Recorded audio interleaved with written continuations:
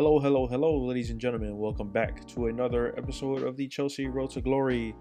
And in today's episode, we got a bunch of content. It's been a full week, and you know how I like to keep my content as a weekly basis because it's much easier to compile everything together and show you guys everything that we've captured. And in today's video, as you've seen from the thumbnail, there is a Alexander Pato, there's a Ruud Gullit, there's a Tammy Abraham. And I will tell you this one thing right now. The PATO, technically, we unlocked last week, sort of ish, but we were holding off that content video stuff for this episode because with my thumbnails, I like to keep it as a triplet. As you have seen over the course of our Road to Glory, it's always been triplets. I think except for the one time where we had Eto and just Mason Mount. But here we go, ladies and gentlemen.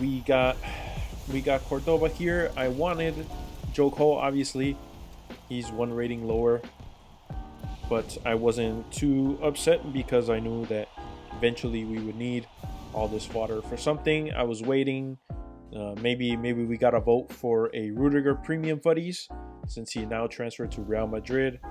Maybe we get a Mendy FUTTIES because, I don't know. Mendy was popular this year in terms of goalkeepers for the Premier League. I know Lloris is also popular. Alisson is popular. I think those three are the main ones, but I think Mendy would edge it if there is a goalkeeper vote.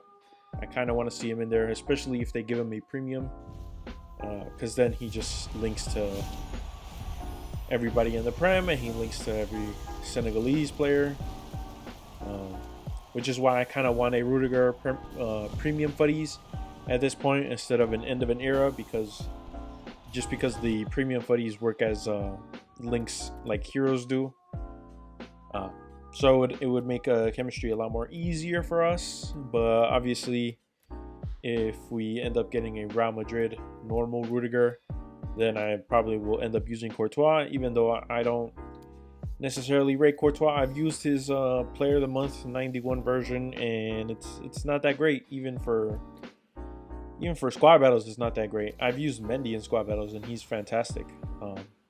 So there's a little bit of a bummer if we do get a non-premium version of Rudiger, but you know, I'm kind of hoping we get something. As you have probably seen from summer swaps, Ben Yedder is in there.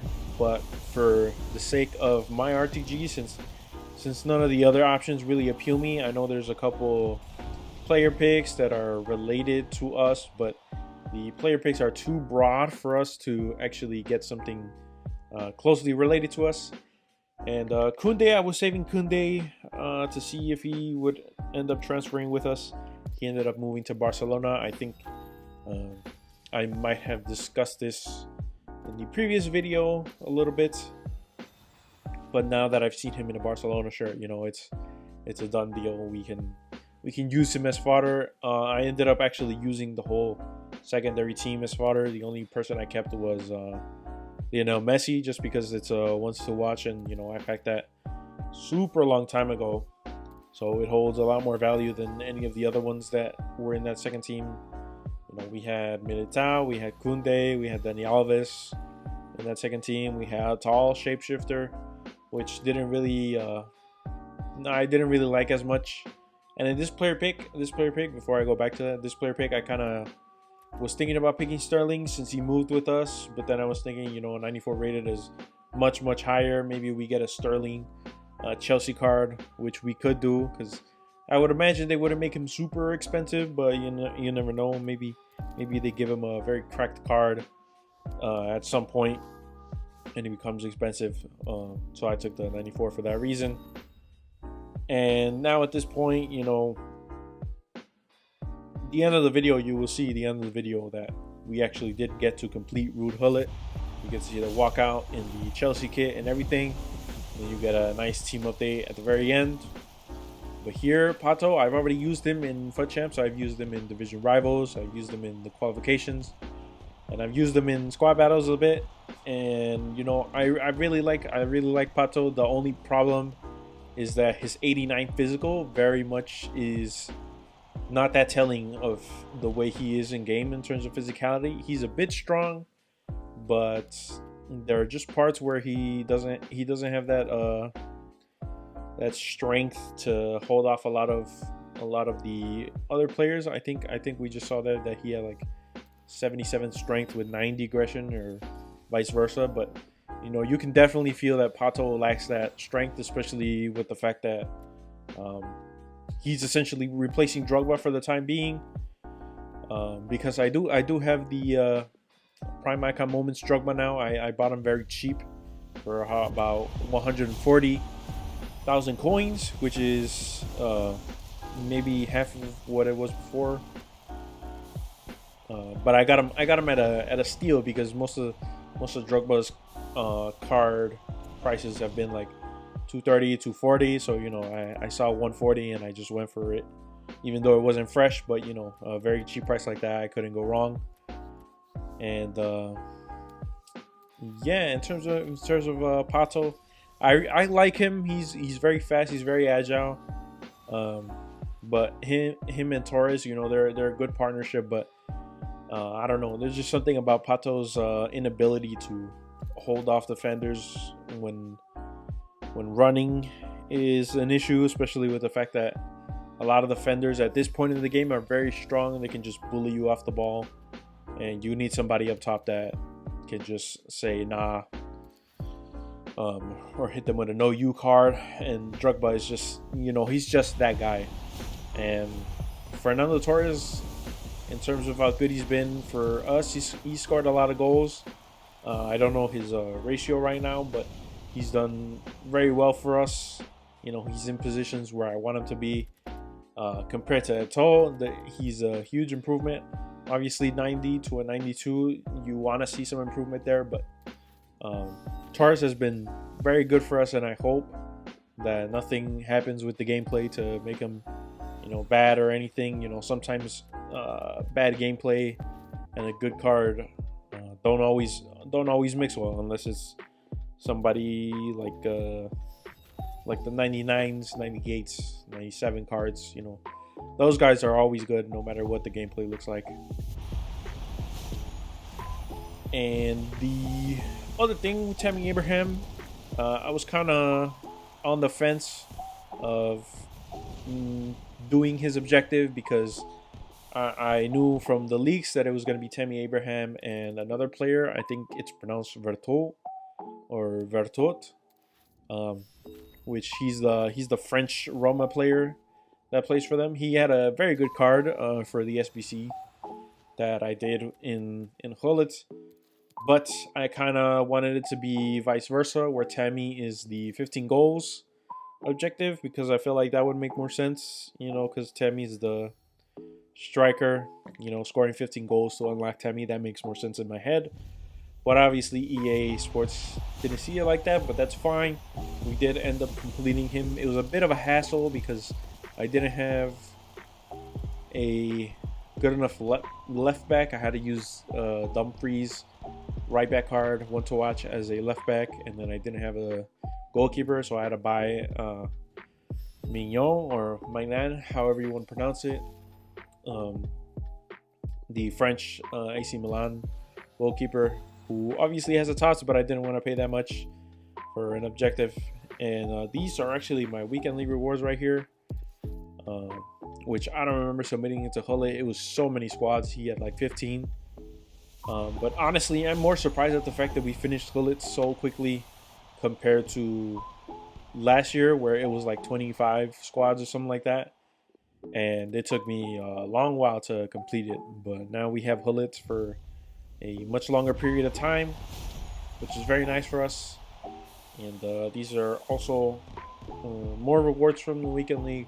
I will be doing weekend league more often now, or not more often, just making sure I play on Saturday and Sunday.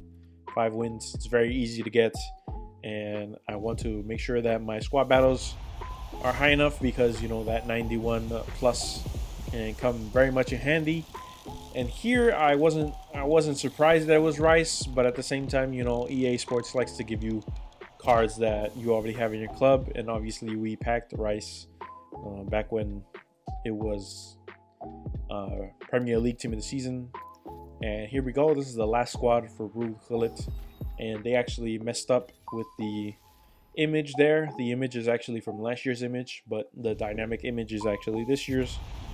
So you know, there's a bit of a clash there. I don't know what's wrong with EA stuff. There was actually a tweet by B4 Lancer, I'm pretty sure is the guy's name, on Twitter, where he talked about how the actual FIFA game is so old in terms of its code that it's very difficult to update certain things that are more modern in a sense.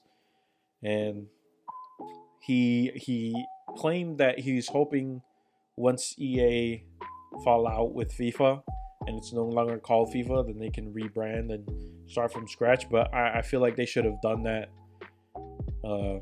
every single year. There's no real reason to keep old code unless you want the game to be run on the same engine, I guess, which I think we're still on. But you know, I'm not much of a guru in that area, so I'm not you know, the guy to explain how certain things work in terms of the gaming industry. But I feel like don't make a FIFA game from the ground up, but also, you know, you gotta think about how you want to translate last game into the new game to make sure that certain bugs don't come back up, because we've seen in the past where they make a patch on the gameplay and previous mechanics show up again, and then they have to repatch that out because it's no longer a thing. And you know, a lot of the times the meta changes based upon the actual gameplay patches, even though some people will want to play similarly to previous years, which is interesting because, you know, in FIFA 22 I still play like it's FIFA 18, you know, playing that 4-1-2-1-2 narrow, going to the edge of the box, cutting across into the middle, and then somebody's there to score. That's always been one way of me playing the game, even during FIFA 19, which had a horrible meta of just passing the ball and shooting first time to the opposite post. It was one of the most annoying metas, but you know, it was the only time it actually felt different compared to other years. But you know, it feels like in the beginning it's always a new game, and then eventually it falls out and goes back to that same old, you know, meta that we keep on playing but we don't actually like.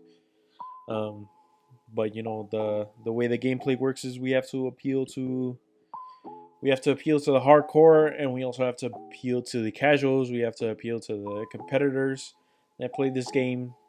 So you know, it's very hard to pick one central meta and then just have that out for the rest of the game, because you know, at some point it's very tiring to play against that, especially if the meta is very oppressive in terms of its style. And you know, they always tell us year in year out that, oh, they're improving the defensive AI and stuff like that, and you want to be hopeful that they are, but you know, sometimes they don't actually they improve it and then they put out some patches and then it just wears it out, and then AI defense is either really good for you or really bad for your opponent, and vice versa, and it just creates a whole mess. You know, we hope that at some point EA will actually sit down and fix this and have their developers actually put some more time into it, you know, not just rush it out, because you know, there's a very short distance between the beta for FIFA and the actual full release of FIFA. And that's one of the other problems I think that they have, that they really should figure out. You know, I know you want to make sure people are playing FIFA throughout the year, but at the same time, you know, there's I guess a checks and balances type thing that they should be implementing to make sure that, you know, people aren't getting burned out, but make the gameplay fun, do all this stuff. And you know, hopefully at some point the gameplay will actually be good and fun. And you know, me playing the Chelsea RTG is just one way of trying to make sure that I'm enjoying myself when I can, but also at the same time, you know, if something bad happens, I can't really blame it on certain parts of my players, because most of them are not meta, some of them are meta, but there's a balance there that I try to make sure happens. But yeah, that'll be all for today's video, ladies and gentlemen. Thank you so much for watching, and I will see you guys in the next video. Peace.